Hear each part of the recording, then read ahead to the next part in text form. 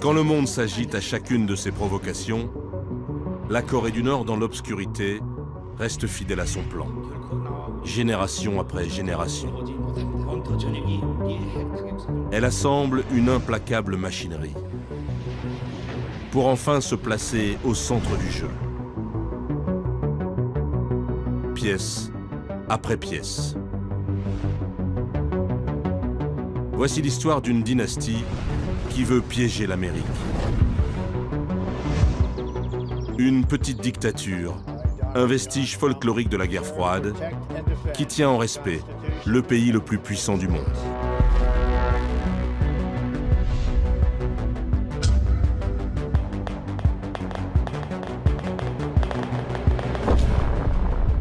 La Corée du Nord s'apprête à abattre ses dernières cartes, les plus dangereuses, dans l'espoir de faire enfin trébucher l'Amérique, son ennemi de toujours.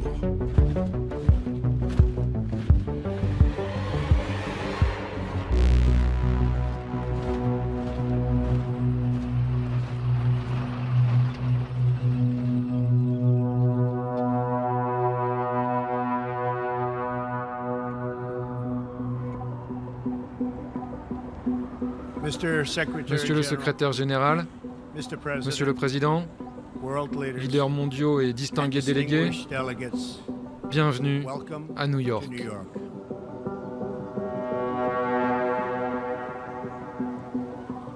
C'est un grand honneur d'être face à vous, dans ma ville natale, en tant que représentant du peuple américain. Aujourd'hui, le développement inconscient d'armes nucléaires et de missiles balistiques par la Corée du Nord menace le monde entier. Les États-Unis ont une grande force et une grande patience, mais s'ils sont obligés de se défendre ou de défendre leurs alliés, nous n'aurons pas d'autre choix que de totalement détruire la Corée du Nord. L'homme fusée s'est engagé dans une mission suicide, pour lui et pour son régime. Septembre 2017, l'Assemblée générale de l'ONU est sidérée par le discours du nouveau président américain. La réponse va être cinglante. Les États-Unis ne pourront jamais provoquer la guerre, ni contre moi, ni contre notre pays. Toute l'Amérique est désormais à la portée de nos armes nucléaires. Le bouton nucléaire est toujours sur mon bureau. Ce n'est pas du tout une menace, c'est la simple réalité. J'espère que les États-Unis ont clairement cela en tête.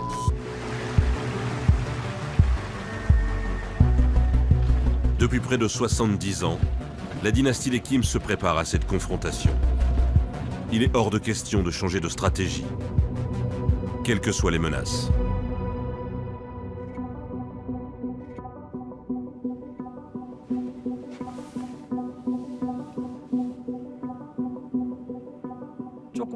Kim Jong-un n'est qu'un petit leader d'un petit pays. En face de lui, le président de la première puissance mondiale. L'homme le plus puissant du monde menace ce petit dictateur et se lance dans une drôle de guerre des mots. Ça devrait être une victoire facile pour Donald Trump. Eh bien, pas du tout.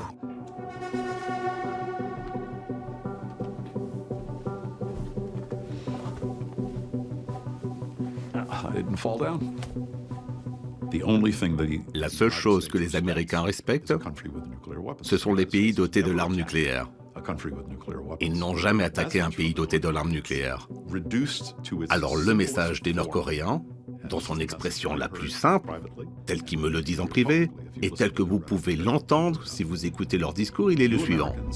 Vous, les Américains, vous voulez que nous abandonnions nos armes nucléaires ? Vous allez devoir faire un choix. Faites-nous la guerre pour nous empêcher de suivre ce chemin, ou acceptez-nous comme une puissance nucléaire.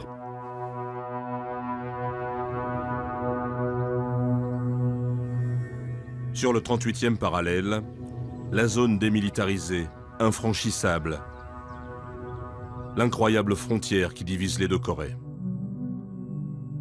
Les armées du Sud et du Nord s'y font face depuis 1953, depuis la fin de la guerre de Corée.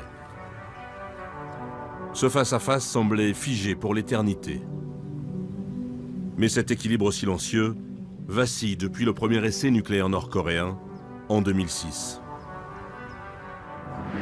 10 ans plus tard, en septembre 2016, la télévision d'État annonce avec fierté la réussite du 5e essai, celui qui va réveiller Washington. Lors de cet essai nucléaire, nous avons définitivement vérifié la structure, les caractéristiques de fonctionnement, la capacité et la puissance des ogives nucléaires standardisées et normalisées. Elles peuvent désormais équiper les fusées balistiques de l'artillerie stratégique de l'armée populaire de la République démocratique de Corée. Plus petites, ces ogives nucléaires ont un pouvoir de frappe beaucoup plus grand et nous pouvons maintenant en produire tant que nous souhaitons et tant que nous en avons besoin.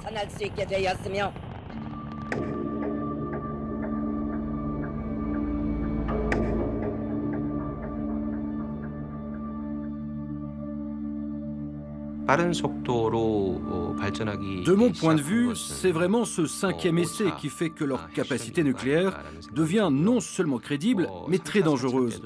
Bien sûr, le 3e et le 4e essai étaient déjà inquiétants. On doit aussi se rappeler que dans les années 90, la Corée du Nord a mené plusieurs tests d'explosion à haute intensité dans leur laboratoire. C'était déjà dans le but de miniaturiser leurs engins, ce qui veut dire être capable de la projeter sur de plus longues distances. Parallèlement au progrès de sa bombe, la Corée du Nord a développé des missiles de plus en plus performants. Depuis 2017, leur rayon d'action dépasse les 10 000 km. On commence avec la Corée du Nord qui a lancé ce soir un nouveau missile. La Corée du Nord annonce avoir testé avec succès un missile intercontinental capable d'embarquer une charge nucléaire. Kim Jong-un affirme qu'il s'agit d'une tête nucléaire miniaturisée. Le monde entier espérait que la Corée du Nord n'en serait jamais capable. Le nouveau test de missile nord-coréen concerne un autre missile balistique intercontinental. Il a volé plus haut et plus loin que jamais auparavant. Une Corée du Nord triomphante affirme que son dernier test de missile balistique démontre qu'elle a désormais la capacité de frapper n'importe où aux États-Unis. Le monde est sous le choc. Mais l'accession de la Corée du Nord au club des nations nucléaires, pourtant, n'a rien d'une surprise. C'est l'aboutissement de plusieurs décennies d'efforts. Un programme, une obsession, née avant même la fondation de la République populaire de Corée.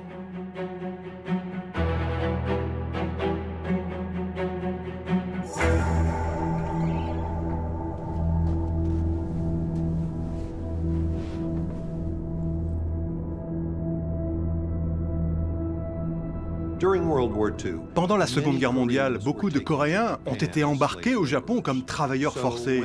Alors, quand une bombe nucléaire a explosé sur le Japon, à la fin de la guerre, beaucoup de Coréens ont pu la voir, constater ses effets, connaître cette nouvelle arme. Après la guerre, quand ils sont rentrés en Corée, ils ont raconté aux autres Coréens et les dirigeants ont compris que c'était quelque chose de très important. Après la Seconde Guerre mondiale, la Corée est divisée sur le modèle de l'Allemagne par les alliés victorieux autour du 38e parallèle.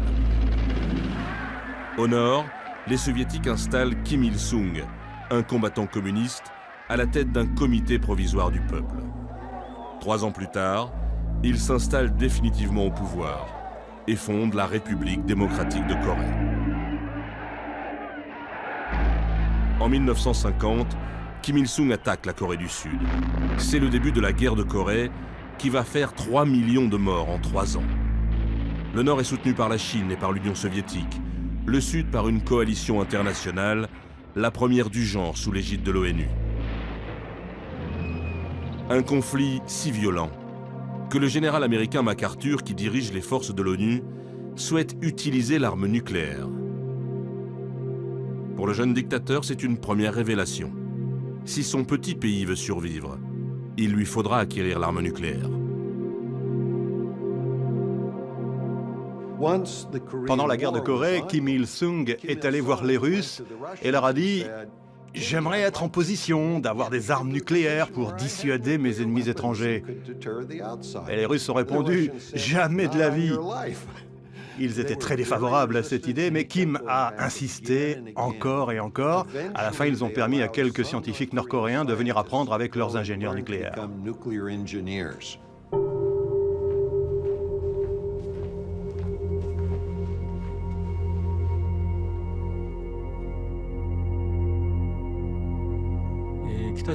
Lorsque la Corée du Nord a commencé son programme nucléaire, c'était d'abord le choix du plus faible. Les plus faibles ne possèdent pas assez de ressources et ne peuvent donc pas être forts dans tous les domaines militaires. Alors, il leur faut concentrer les moyens dans une chose, la plus importante. Dans le cas de la Corée du Nord, ce fut le développement de l'arsenal nucléaire.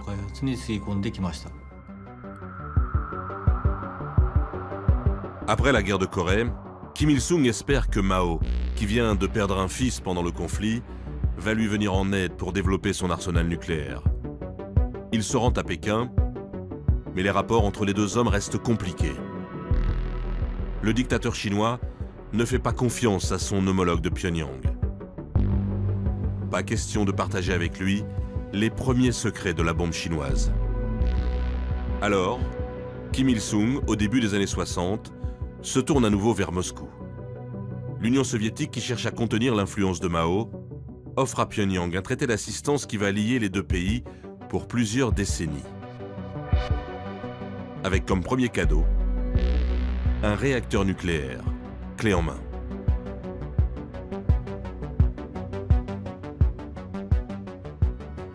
Kim Il-sung, dès le départ, avait l'intention de devenir une puissance nucléaire. C'est pour cela que la Corée a fait l'acquisition de la technologie russe, des réacteurs IMT-2000. Pour lui, on peut dire que c'était de la prévoyance. Il savait qu'il devrait affronter un jour l'alliance entre le Sud et l'Amérique, et que ça serait très difficile avec des armes conventionnelles. Alors il avait décidé qu'il fallait développer en priorité un arsenal nucléaire.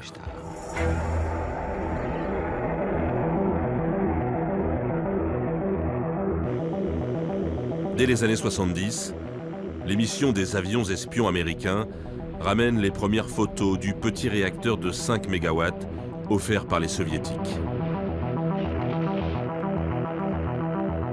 Il a été mis en service en 1965 à Yonbyon, à 100 km au nord de Pyongyang. C'est là que va se développer l'essentiel du programme nucléaire nord-coréen. Mais il faut attendre les années 80 pour que la CIA s'inquiète du progrès des installations.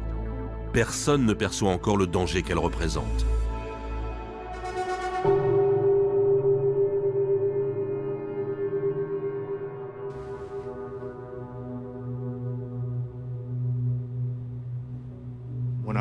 Quand je travaillais pour la CIA, pour nous la Corée du Nord était la plus dure de toutes nos cibles. Avant, je m'occupais de l'Union soviétique et en comparaison avec la Corée du Nord, c'était un livre ouvert. Tout ce qu'on peut faire, c'est collecter des bribes d'informations et tenter de les assembler. C'est comme un puzzle où il manque la plupart des pièces et vous n'avez pas de modèle au-dessus de la boîte.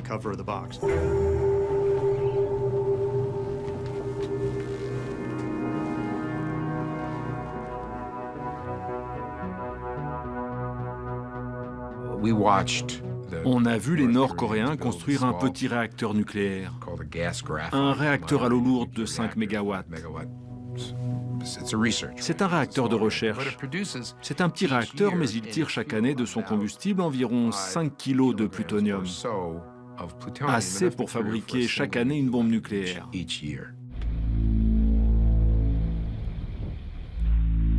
Dès le début des années 80, la Corée du Nord possède donc déjà tous les ingrédients pour fabriquer des armes nucléaires dans la quasi-indifférence internationale.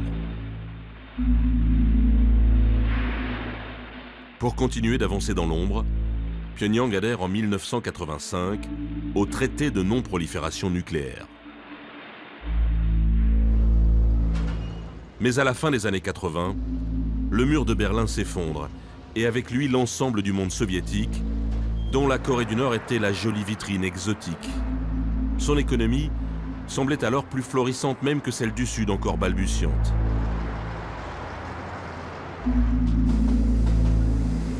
Mais avec la chute de ses alliés de l'internationale communiste, Kim Il-sung sait qu'il n'a plus le choix. Il doit sortir son pays de l'isolement. En 1992, ils sont venus aux États-Unis et nous leur avons dit « Vous devez réintégrer vos engagements avec l'Agence internationale atomique à Vienne, contenus dans l'accord que vous avez fait en adhérant au traité de non-prolifération nucléaire. Une adhésion à laquelle les Russes vous ont contraint pour vous assister dans votre programme nucléaire. » C'est la racine du problème. Ils ont rejoint le traité de non-prolifération. Ils ont donc dû accepter des inspections inhérentes au traité. Et ces inspections ont montré qu'il y avait des problèmes avec leurs déclarations.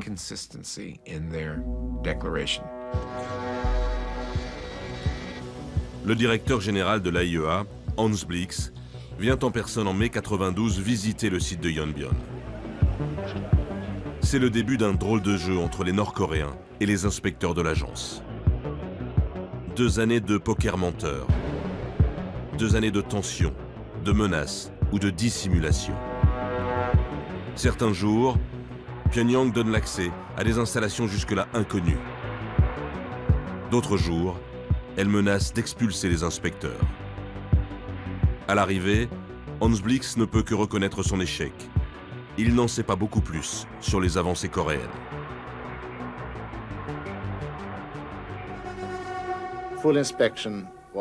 Une inspection complète du laboratoire radiochimique n'a pas été acceptée dans les termes que nous avions passés. En conséquence, nous ne pouvons pas exclure que cette installation radiochimique, cette usine de retraitement, ait été opérationnelle depuis février de l'an dernier. Nous ne disons pas qu'elle l'a été, mais nous ne pouvons pas l'exclure. Ladies and gentlemen, the President-elect William Jefferson Clinton. Au même moment, début 93, un nouveau président prête serment à Washington. Preserve, protect and defend the Constitution of the United States. So help me God. So help me God. Dès les premiers mois de sa présidence, Bill Clinton reconnaît que l'Amérique n'avait pas vu venir cette menace. Avant que je sois président, ils avaient déjà accumulé assez de matériaux nucléaires pour faire 1 ou 2 bombes. Il y a eu des rapports là-dessus. Je ne vois pas en quoi cela montrerait un manque de détermination de notre part depuis que nous sommes aux affaires. Je crois que nous nous en occupons avec fermeté.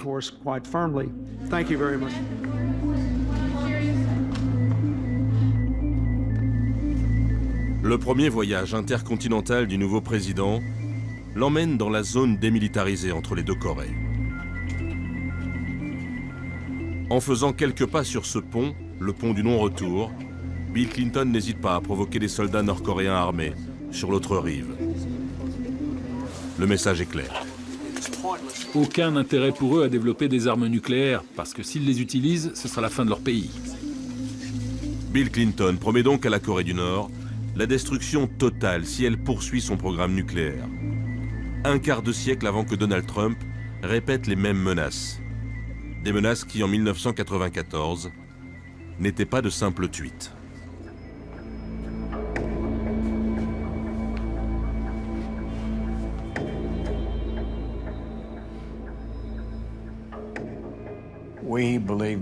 On pensait qu'il était temps de les stopper avant qu'ils puissent faire jusqu'à 6 bombes nucléaires. Et donc, en tant que secrétaire à la Défense, j'ai fait une déclaration publique disant que nous ne permettrions pas à la Corée du Nord de retraiter le combustible pour en faire des bombes nucléaires. On était prêt à engager des actions militaires pour éviter que ça arrive. À ce moment-là, la presse nord-coréenne m'a surnommé le maniaque de la guerre. Malgré la menace, la Corée du Nord reprend la production de plutonium sur son site de Yonbyon et se retire complètement du traité de non-prolifération nucléaire. Nous sommes le 13 juin 1994 et à Washington, la guerre ne semble plus qu'une question d'heure. L'une des choses que nous avons envisagées, c'était la possibilité de frapper le réacteur nord-coréen. Nous savions où il se trouvait, et donc on a étudié ça très sérieusement. Mais parmi les options, il y avait aussi des plans d'attaque de plus grande ampleur. À un moment, l'ambassadeur américain à Séoul nous a dit « Si vous envisagez ces options, je vais devoir dire aux citoyens américains qu'il est temps de quitter la Corée du Sud. » Le 16 juin, le secrétaire à la Défense William Perry explique au président les plans d'attaque dans la salle de crise de la Maison-Blanche. Je lui ai dit qu'il y aurait beaucoup de victimes en Corée du Sud, mais aussi parmi les troupes américaines. Ils avaient au moins 1 million d'hommes massés à la frontière et ils étaient très près de Séoul. La métropole de Séoul compte un peu plus de 20 millions d'habitants, tous à 1 heure ou 2 heures de route de cette frontière. Et donc ce serait un désastre. Je lui ai dit aussi que la Corée du Nord serait battue. Il faudrait peut-être quelques mois pour y parvenir, mais nous les vaincrions. Entre l'armée sud-coréenne et le soutien aéronaval américain, nos forces étaient largement supérieures. Ça, c'est un des aspects de ce que je lui ai dit. J'ai aussi ajouté que s'ils avaient des armes nucléaires, ça deviendrait bien plus dangereux. Nous devions faire tout ce que nous pouvions pour dissuader la Corée du Nord de poursuivre sa production d'armes nucléaires. Le même jour, Jimmy Carter traverse la zone démilitarisée encadrée par des soldats nord-coréens. L'administration Clinton s'est résolue à la guerre, mais l'ancien président tente de son propre chef une négociation de la dernière chance. À Pyongyang, il est reçu par un Kim Il-sung malade, secondé par son fils, Kim Jong-il. Littéralement, alors que la Maison-Blanche organisait des réunions sur ses options et sur ce qu'il fallait faire, Jimmy Carter lui rencontrait Kim Il-sung. Et Kim Il-sung suggérait qu'il fallait discuter, qu'il fallait ouvrir une négociation sur l'avenir de la Corée du Nord et de ses relations futures avec les États-Unis. Et comme on dit chez les diplomates, quelqu'un a tilté. Le reste, c'est de l'histoire. Un miracle de l'histoire. L'affrontement a été évité de justesse. Quelques jours plus tard, la Corée du Nord plonge dans la tragédie. Kim Il-sung vient de mourir. Le grand leader devient le président éternel.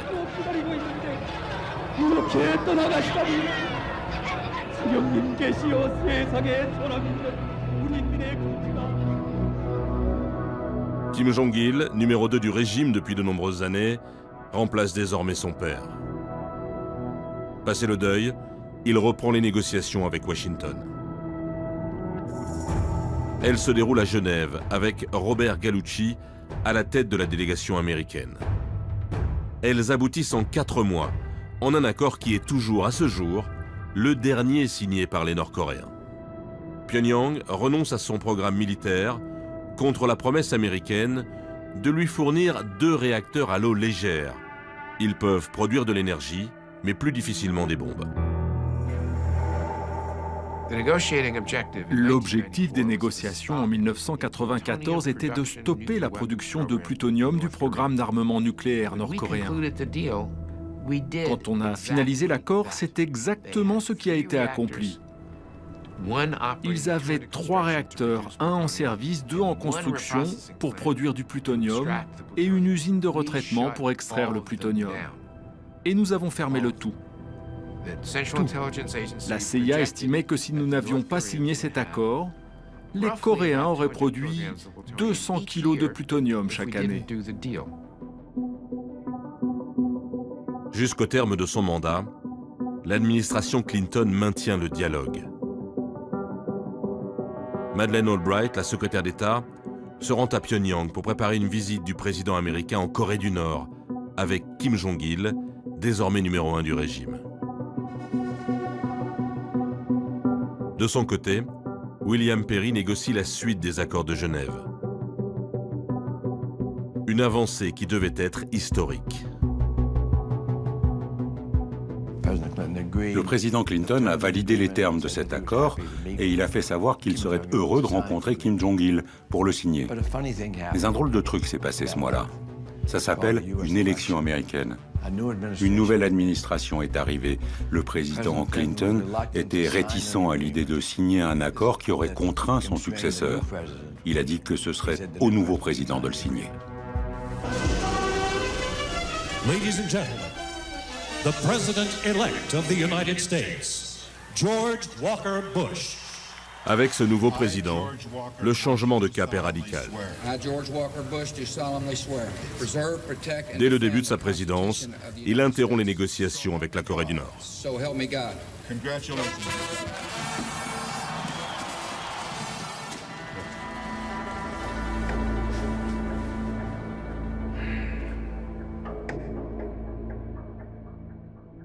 Dès le début de la transition administrative, c'était Bush qui avait pris le pouvoir.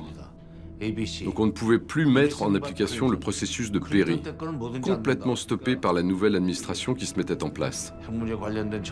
Pour Bush, c'était anything but Clinton, tout sauf Clinton.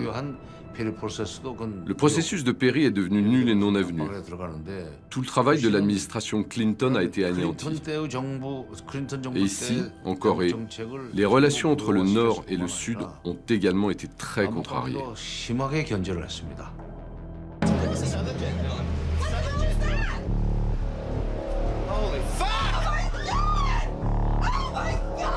En 2001, la donne internationale change brusquement. Et l'Amérique bouleverse radicalement sa politique étrangère. La Corée du Nord est un régime qui s'arme avec des missiles et des armes de destruction massive, tout en affamant ses citoyens. Les États de ce genre et leurs alliés terroristes constituent un axe du mal qui s'arme pour menacer la paix dans le monde. Il nous a été dit depuis que cela avait été très mal pris à Pyongyang et que c'était une des raisons pour lesquelles ils ne croyaient plus du tout que les États-Unis avaient la moindre intention de normaliser leurs relations, ce qui constituait pour eux une raison importante de renoncer à leur programme d'armement nucléaire basé sur le plutonium.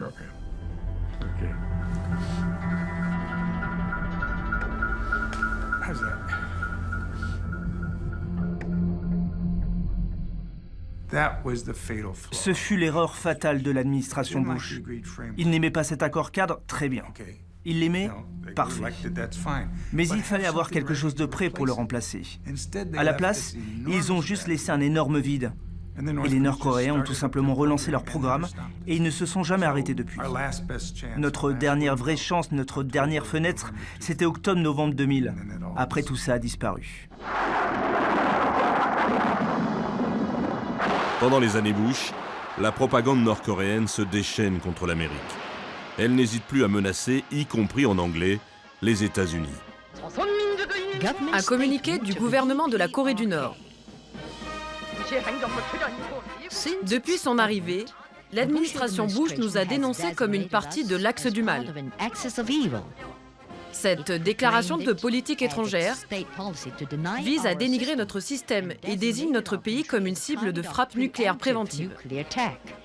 Cela équivaut à une déclaration ouverte de guerre nucléaire contre notre pays. Le régime concentre tous ses efforts sur le site de Yonbyon, où vivent et travaillent désormais des milliers de scientifiques. Les Nord-Coréens ne cachent plus qu'ils y préparent leurs bombes.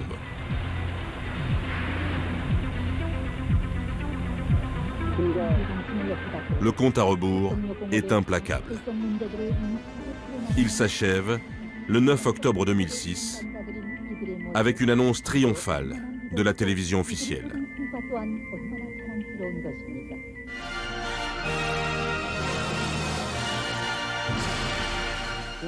La Corée du Nord a été contrainte de donner des preuves substantielles de sa maîtrise des armes nucléaires pour protéger sa souveraineté et son droit à exister face aux dangers quotidiens de guerre de la part des États-Unis.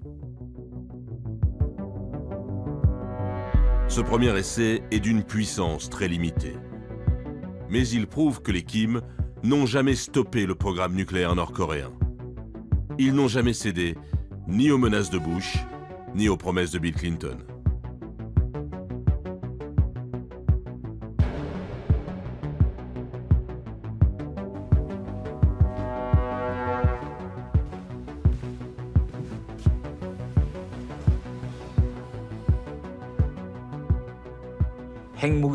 En 1994, la Corée du Nord n'avait ni bombe nucléaire fonctionnelle, ni missile balistique intercontinental.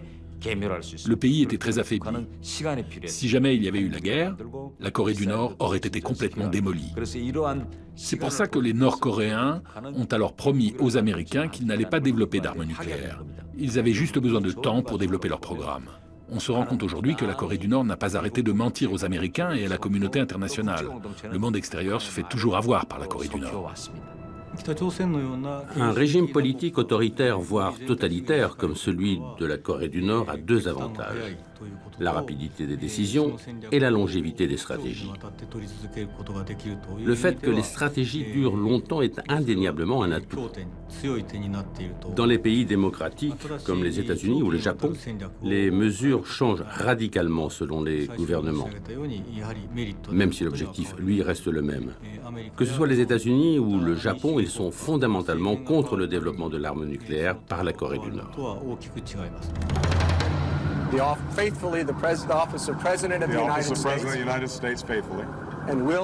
La dynastie des Kim voit donc défiler les présidents américains sans jamais changer de cap. Le temps joue toujours pour les dictateurs.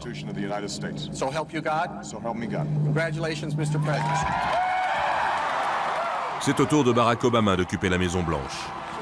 Il veut tenter de renouer la discussion des années Clinton.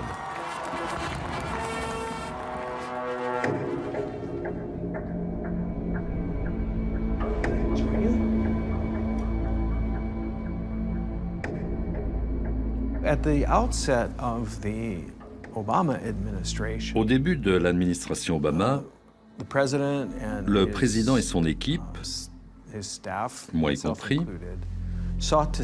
avons pensé à envoyer des messages à la Corée du Nord pour signaler que nous étions intéressés à poursuivre ou à réinventer une piste diplomatique. Vous avez envoyé ce message, quelle a été la réponse? La réponse, ça a été un test de missile dans les premiers mois de l'administration Obama. C'était un geste offensif, c'était une manifestation de défiance et c'était aussi un test. Les Nord-Coréens ont pour habitude d'essayer de mettre au pas les nouveaux leaders, que ce soit en Corée du Sud ou aux États-Unis, pour essayer de prouver « t'es pas mon patron, on déjouera tes attentes, nous ne sommes pas achetables et on ne peut pas nous intimider ».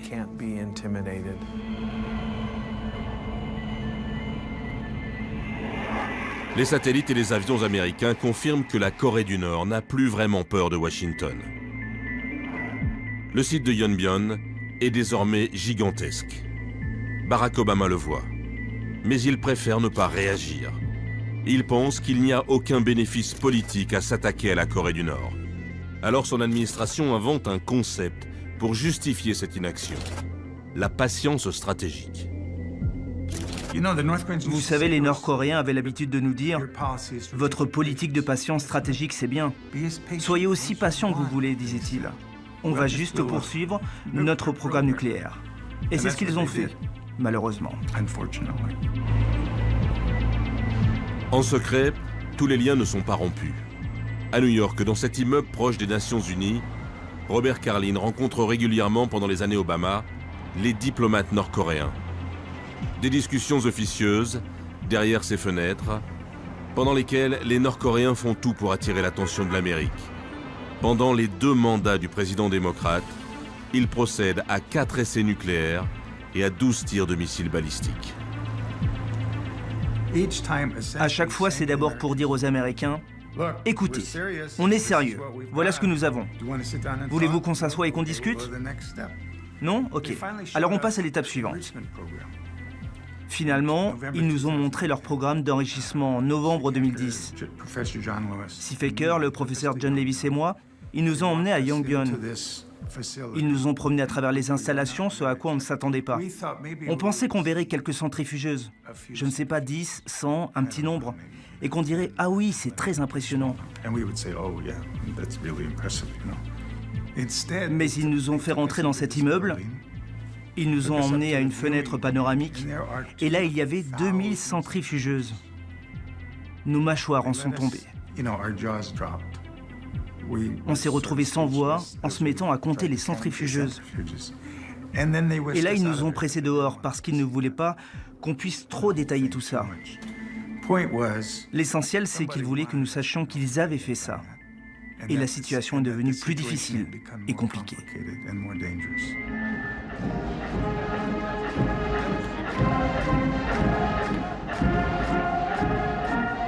Le véritable rêve de Kim Jong-il, c'était recevoir d'égal à égal un président américain. Être ainsi reconnu par l'Amérique était son seul objectif politique. Il ne l'atteindra jamais.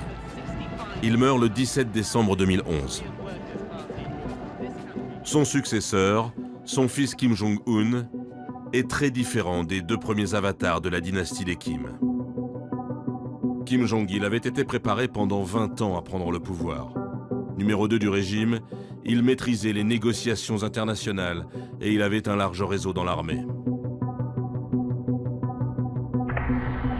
Kim Jong-un, au début de son règne, apparaît comme un jeune homme mal préparé et beaucoup pensent qu'il ne pourra pas installer durablement son autorité. Pourtant, il s'impose rapidement.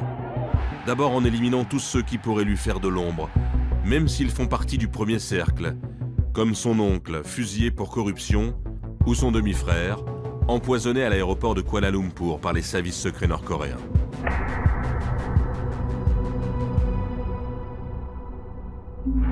À la tête du pays, il développe à marche forcée deux priorités.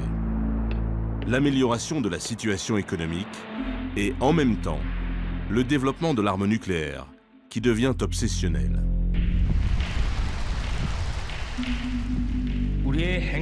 Notre force nucléaire est une assurance pour protéger notre souveraineté nationale.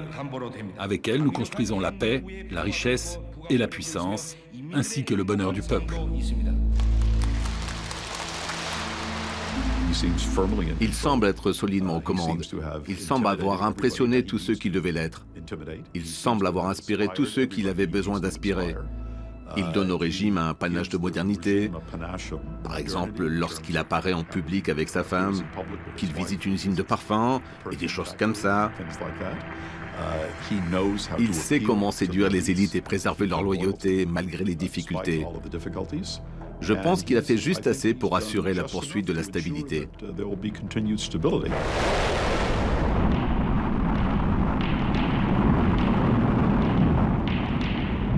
Le jeune Kim Jong-un a compris que les essais nucléaires ne sont pas suffisants pour impressionner l'Amérique. Il lui faut également prouver qu'il est capable d'atteindre son ennemi directement. Alors il multiplie les essais balistiques à un rythme jamais vu jusque-là. Et il les supervise souvent en personne, sur les images de la télévision officielle.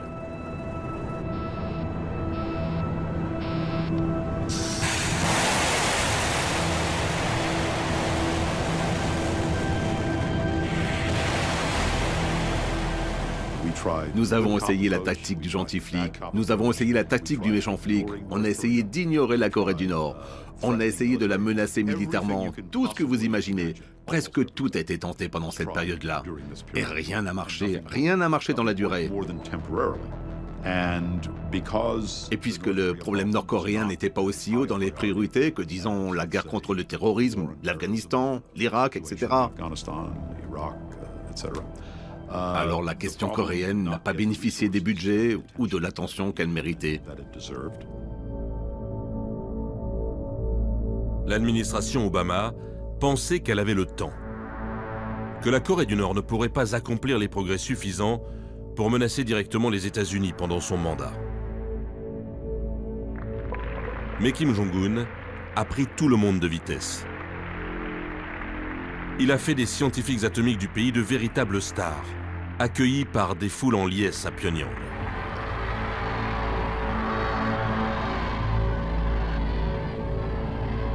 Il organise pour eux de grandes fêtes avec les meilleurs artistes du pays.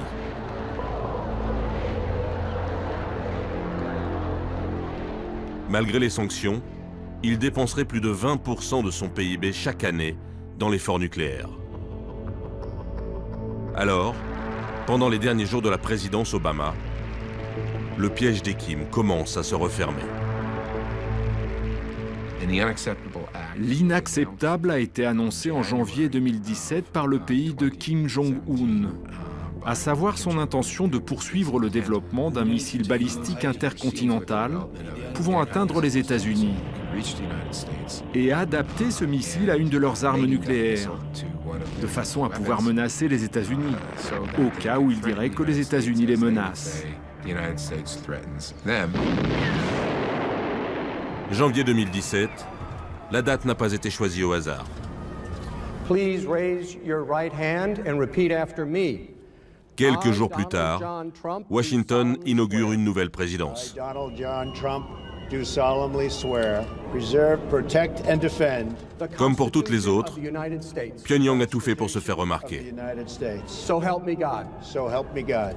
Congratulations, Mr. Cette fois, Kim Jong-un pourrait enfin réussir à se placer au centre du jeu. Well, I recall when Je me rappelle qu'en novembre 2016, juste après l'élection, le président Obama a invité le président Trump dans le bureau ovale et qu'ils ont eu une large conversation.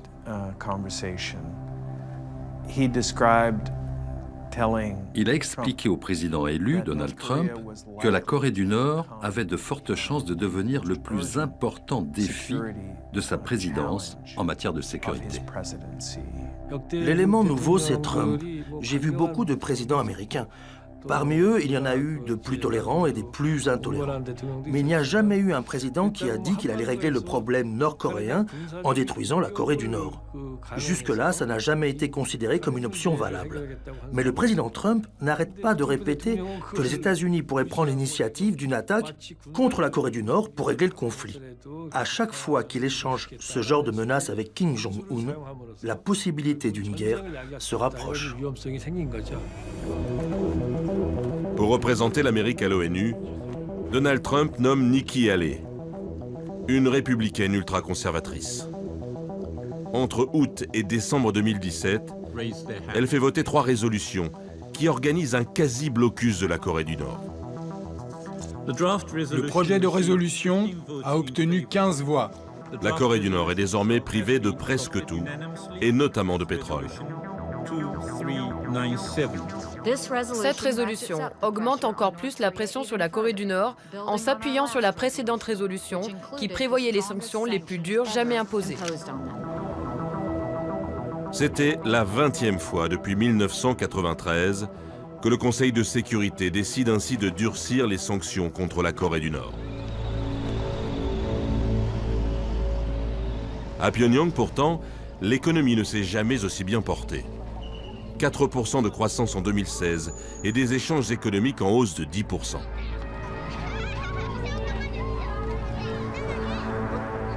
Début 2018, Kim Jong-un présente ses vœux aux Coréens. Il leur promet de continuer à développer les armes nucléaires, mais aussi l'économie, peu importe les sanctions de l'ONU.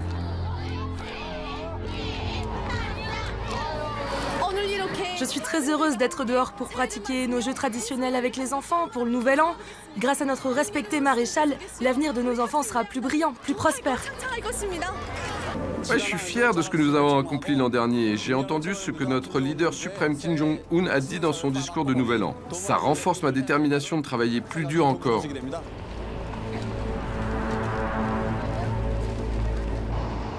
Les sanctions sont permanentes depuis 9 ans, voire 10. Mais vous voyez bien que c'est un échec. C'est de l'auto-persuasion, ce n'est pas une stratégie. Je ne suis presque jamais d'accord avec le président Poutine, sauf quand il dit que les Coréens du Nord n'abandonneront jamais leurs armes nucléaires, même s'ils doivent survivre en mangeant des racines. Il est impossible de dompter la Corée du Nord à coup de sanctions économiques. Les sanctions ont toujours été trop superficielles pour vraiment faire mal. Et paradoxalement, ces sanctions sont à l'origine du Jangmadang, le marché noir nord-coréen. Le système de distribution étatique était en ruine, alors ce système parallèle a pris le relais. Kim Jong-un laisse faire et donc l'une des conséquences imprévues de ces sanctions, c'est que finalement l'économie nord-coréenne s'améliore.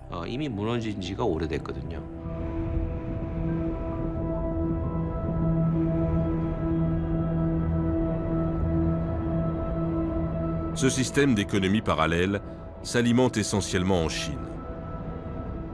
On peut observer le trafic entre les deux pays à Dandong, ville chinoise frontalière, où on n'a jamais vraiment coupé les ponts avec la Corée de l'autre côté de la rivière. Malgré les votes des résolutions à l'ONU, Pékin n'a jamais pris de réelles mesures contre ce commerce à peine secret. Même le pétrole chinois continue d'arriver en Corée du Nord, parfois grâce à des échanges discrets en pleine mer. Les sanctions internationales n'ont aucune chance d'être efficaces si la Chine poursuit ce double jeu. Quel est le plus important conflit sur la planète? Celui entre la Chine et les États-Unis, qui sont en opposition sur le plan diplomatique et le plan sécuritaire. Tant que ce conflit structure les relations internationales, la Chine aura un intérêt stratégique à soutenir la Corée du Nord.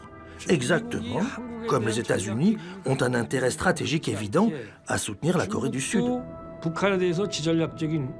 Alors vous imaginez la Chine mettant une réelle pression économique jusqu'à risquer l'effondrement même du régime nord-coréen pour faire plaisir aux États-Unis? C'est impossible. La Chine est de plus en plus préoccupée par l'éventualité d'un conflit régional. Parce que si une guerre éclate, elle sera certainement impliquée. La Chine est en train d'expérimenter une période de développement économique. Mais la quête chinoise de son renouveau national, la réalisation du rêve chinois, serait probablement détruite en cas de conflit. C'est une grande préoccupation pour nous. Quand la Corée du Nord ne s'approvisionne pas en Chine, elle vient frapper à la porte de la Corée du Sud. Au début de l'année, le 9 janvier, une délégation nord-coréenne franchit la ligne de démarcation. À quelques semaines des JO d'hiver de Pyeongchang, elle vient participer à une rencontre de haut niveau entre le Nord et le Sud. Une première depuis plus de 2 ans. Devant les caméras, la Corée du Nord vient rassurer ses frères ennemis.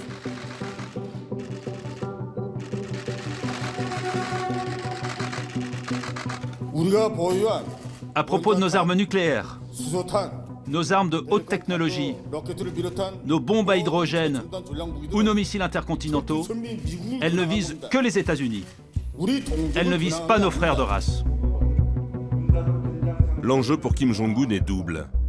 D'abord financier, car à chaque fois que le Nord joue sur la corde sensible de la réunification, il obtient de généreuses subventions de la part du Sud. Ensuite, il tente de convaincre Séoul de se détacher de son alliance avec Washington.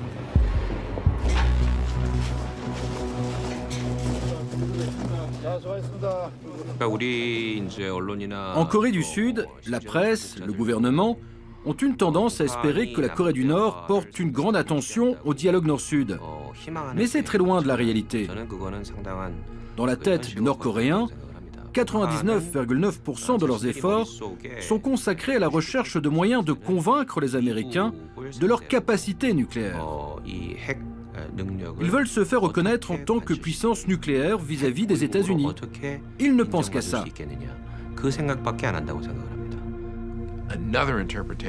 Une autre interprétation en laquelle bon nombre d'Américains croient, c'est que le Nord a toujours un désir idéologique presque mythique de réunifier la péninsule et le peuple coréen sous l'égide du gouvernement de Pyongyang.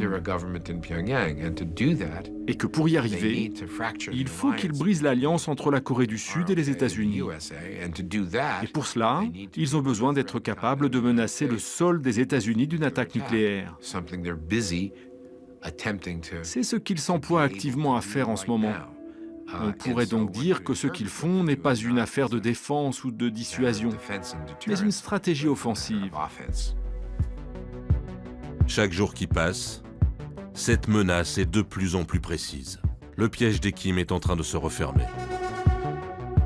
La 113e puissance mondiale tiendra alors en respect la première. Et Donald Trump n'aura plus les moyens de menacer Kim Jong-un. Petit homme fusée, nous allons nous occuper de ça. Parce que nous n'avons pas le choix. Nous n'avons vraiment pas le choix. Une attaque militaire à petite échelle contre la Corée du Nord pourrait déclencher une escalade jusqu'à un conflit nucléaire. Voilà la différence entre aujourd'hui et 1994. Nous étions prêts à engager des actions plus radicales en 1994 que nous ne le sommes aujourd'hui. Pour faire bref, les armes nucléaires sont bien une dissuasion qui marche pour les États-Unis, mais une dissuasion qui marche aujourd'hui aussi pour la Corée du Nord. Et les leaders nord-coréens l'ont bien compris. C'est bien pour cela qu'ils se sont dotés d'un arsenal, pour dissuader les États-Unis d'envisager une action militaire à leur encontre. Il n'y a plus, selon moi, aucune option militaire possible contre la Corée du Nord.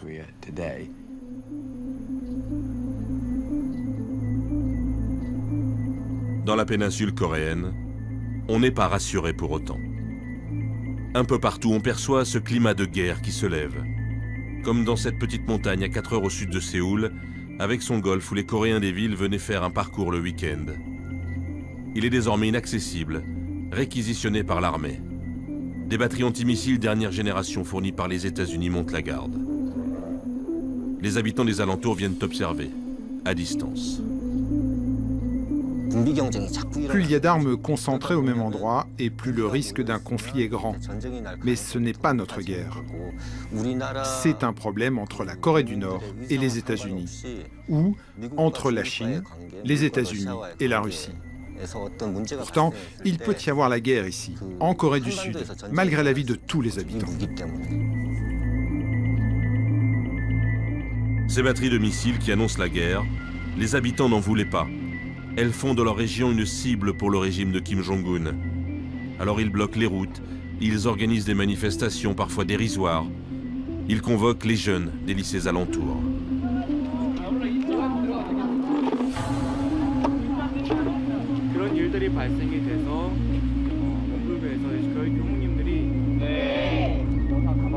Au milieu de ces jeux de guerre qui les dépassent, les enfants de la Corée se demandent aujourd'hui s'ils doivent à nouveau se préparer à la guerre.